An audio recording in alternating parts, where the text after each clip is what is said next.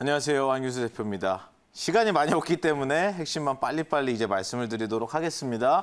최근에 이제 제가 이 짧은 시간 지금 12분 남았는데요. 12분 안에 무슨 얘기를 할 거냐면 종합지수 전망을 얘기할 겁니다. 종합지수는 뭐가 기준인지 어디까지 갈 수 있는지 꺾이게 되면 언젠가 고점이 나오겠죠. 그게 당장 오늘이었을 수도 있는 거고. 그러면 고점 신호에 가장 의미 있는 지표가 뭔지까지 말씀을 드릴 테니까 종합지수 볼 때는 항상 제가 말씀드리는 걸 기준으로 보시기 바라겠습니다.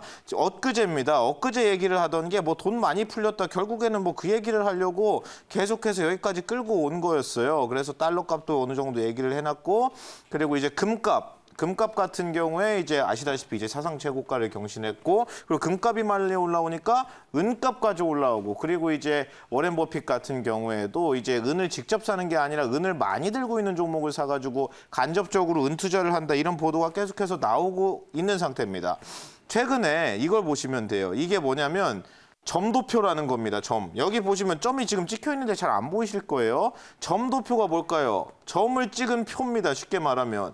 이게 뭐냐면 미국의 이제 FOMC라고 하죠. 미국 연방준비제도의 FOMC 그 회의에 지금 들어가는 위원이 몇 명이냐면 17명입니다. 17명이 이제 금리 전망을 하는 거죠.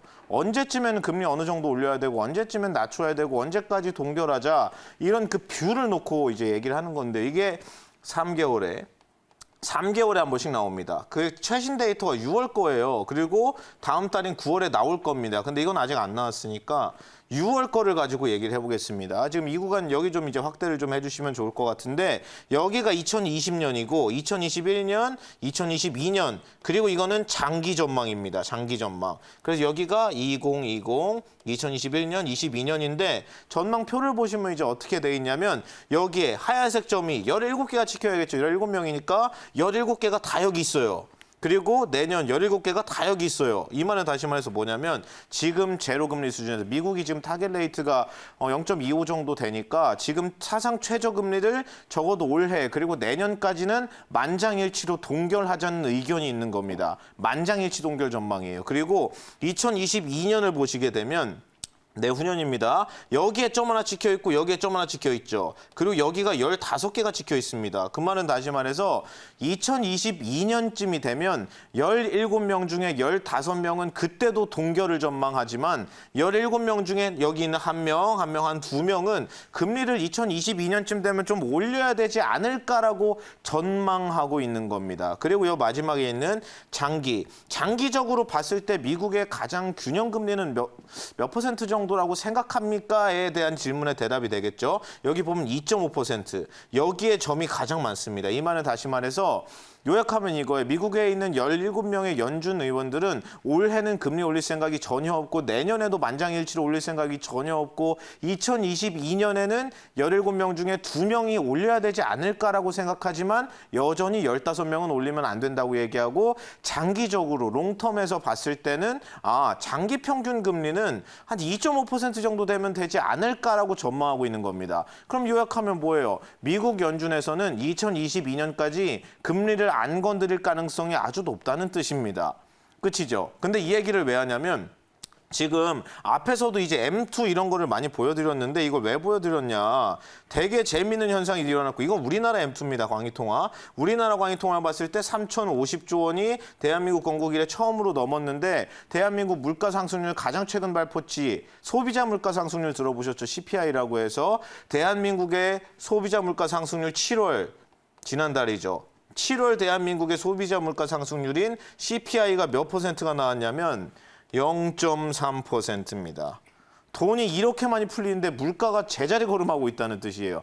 이렇게 많이 풀리는데 돈 쓰는 사람들이 아무도 없다는 뜻이 될 거고, 참고로 말씀드리면 코로나가 오기 전에 작년 연말 2019년 12월, 코로나 오기 전이죠. 2019년 12월에 물가 상승률이 몇 퍼센트였냐면 우리나라가 1.5%였습니다. 그러면 이게 구간으로 치면 여기쯤 되겠죠. 근데 지금으로 넘어오는데 돈을 여기서 한참 더 풀었어요. 코로나 때문에 경기 부양하려고. 근데 물가가 오히려 역성장을 해서 0.3까지 가 있다는 뜻입니다.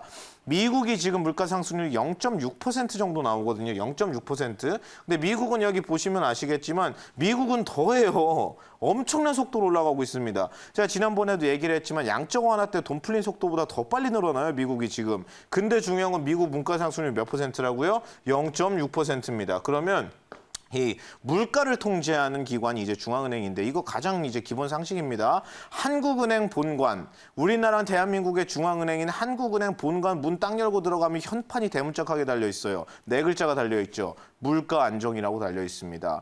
중앙은행의 목표는 경제 성장이 아닙니다. 물가 안정입니다. 그걸 꼭 기억하고 계셔야 돼요. 정부 입장에서는 경제가 커야 되는 게 1번이고 중앙은행 입장에서는 1번이 물가 안정이 목표입니다. 그러니까 이 두 개 집단이 자꾸 미스매치가 나올 수밖에 없는 거예요. 목적 자체가 다르니까.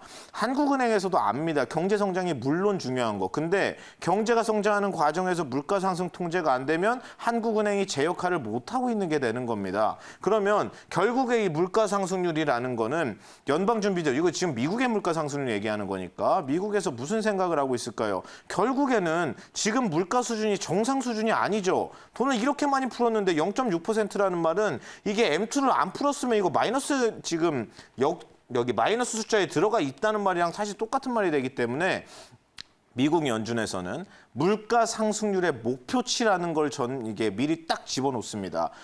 이거 쉽게 말하면 이런 거예요. 나 연준에서는 예를 들어 제가 이제 연준 의장입니다. 제롬 파월이에요. 그러면 우리 연준은 물가 상승률이 몇 %를 목표치로 잡을 거고 그 목표치까지 올라가기 전까지는 계속해서 경기 완화 정책, 통화 완화 정책을 쓰겠다. 근데 만약에 그 물가 상승률에 도달하게 되면 그때부터는 돈 푸는 거를 줄이겠다는 기준이 되는 겁니다. 그럼 미국 연준에서는 목표 물가 상승률이 몇 %냐면 2예요, 2%. 2%입니다. 그러면 코로나가 지나가고 나서 실물 경기가 회복이 되고 사람들이 돈을 많이 쓰기 시작하고 그것 때문에 실제로 소비자 물가가 올라가는 그 그림까지 봐야 되는데 다시 말해서 2% 올라가기 전까지는 미국 연준에서는 돈 푸는 걸 줄이기가 어렵다는 그림이 되겠죠. 목표치 달성이 안 되고 있으니까. 결론은 뭐다? 돈은 일단 지금까지 코로나에서 가장 심각했던 구간은 지나간 게 맞습니다. 근데 아직까지 실물 경기랑 그리고 금융자산의 그 자산 가격 자체가 괴리가 너무 많이 벌어져 있기 때문에 그 괴리를 메울 때까지는 계속해서 완화 정책을 조금 줄이는 한이 있어도 그걸 역행해서 예를 테이퍼링이라고 하는데요. 풀려있는 돈을 푸는 속도를 조절하는 방법이 있고 풀려있는 돈을 회수하는 방법이 있습니다. 회수하는 걸 테이퍼링이라고 하는데 다시 말해서 미국 경제는 테이퍼링 가는 게 불가능합니다. 지금 돈 푸는 속도를 조절하는 게임이에요. 그럼 어떻게 될까요? 시중에 풀린 돈이 늘어나냐 안 늘어나냐 문제가 아니라 늘어나는데 얼마나 빠른 속도로 늘어나냐 싸움인 겁니다. 돈은 계속 늘어요, 당분간. 그러면 생각을 해보세요. 이제 상식적으로. 아니 돈을 많이 풀었다면서 그러면 돈의 M2는 이렇게 올라가는데 물가 상승률은 0.3이라며. 그러면 이 돈 다 어디 간 걸까라는 물음표가 상식적으로 찍혀야 돼요. 어디 갔을까요? 이 돈이 다. 제가 자꾸 얘기하는 금, 주식, 부동산 같은 비트코인 같은 자산 가격을 끌어올리고 있다고 제가 말씀을 드렸고 결국에 지금 주식 오르는 거 실적 좋아서 가는 게 아닙니다. 그러면 결국에 우리가 돈으로 그냥 사서 매도보다는 매수가 많으니까 올린 거고 그 매수가 얼마나 많았는지 제가 보여드리겠습니다. 지금 이거는 조금 이따 이제 말씀을 드리는 걸로 하고 CMA 장고도 계속 올라가고 있는 상태고 이 얘기까지 하면 될 것 같은데요. 종합지수, 코스피랑 코스닥 양시장 종합지수가 코로나 때 최저점이 몇 월 며칠에 나왔냐면 3월 19일에 나왔습니다. 3월 19일. 그러면 오늘이 8월 13일이죠. 그러면 상식적으로 3월 19일부터 최저점이 나왔던 이 자리 그리고 지금 오늘인 8월 13일까지 누적으로 누가 사서 올렸는지를 보면은 지금 증시 주도를 누가 하고 있는지 알 수 있겠죠. 이게 풉니다. 3월 19일 증시 최저점인 날부터 오늘 8월 13일까지 코스피입니다. 코스피 누가 샀어요?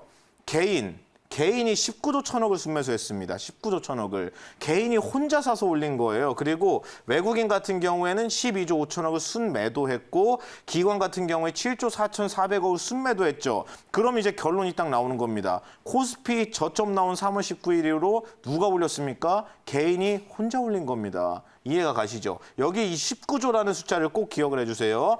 그럼 그 다음 코스닥을 보겠습니다. 똑같은 조건으로 이제 본 건데요. 역시 개인이 혼자 올렸습니다. 7조 2천억을 순매수했고 외국인이 기관은 그냥 내내 팔았습니다. 저점 나온 이후로 계속 올라오는 구간에서도. 그러면 아까 전에 3월 19일 최저점 이후에 코스피에서는 개인이 한 19조 정도 순매수했고 코스닥에서는 7조 2천억 정도 순매수를 했죠. 이거 더하면 어떻게 돼요? 한 26에서 27조 정도의 개인 순매수가 코스피, 코스닥을 지금까지 끌고 왔다는 결론이 나오죠.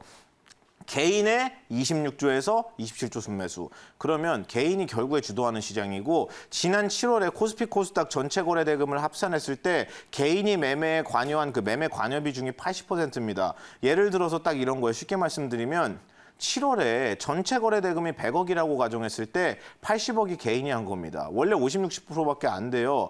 역대 최고치를 또 찍은 거라고 말씀을 드렸죠. 그러면 결국이 개인이 혼자 사서 올린 거고 지난달도 그렇고 지지난달도 그렇고 거래 대금도 어차피 개인이 다 만드는데 그럼 개인이 더 살 돈이 있냐 없냐가 가장 중요한 겁니다. 증시가 더 가려면. 제가 다시 한번 말씀드리지만 3월 19일 이후로 코스피 코스닥 양시장 순매수가 개인이 27조가 나왔어요. 27조 순매수에서 이렇게 많이 올라왔습니다. 증시를. 그러면 돈이 앞으로 얼마나 더 있냐를 보시면 되는데 이걸 보시면 돼요. 이 자리.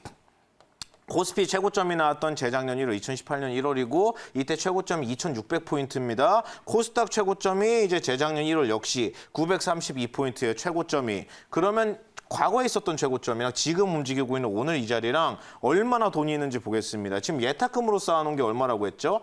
예탁금은 언제든지 당장 내일이라도 주식시장으로 바로 진입할 수 있는 돈이고 예탁금, 이때 당시 꼭지 때 예탁금이 얼마였냐면 31조 7천억이었습니다. 31조 7천억. 지금 예탁금 얼마예요? 50조보다 많습니다.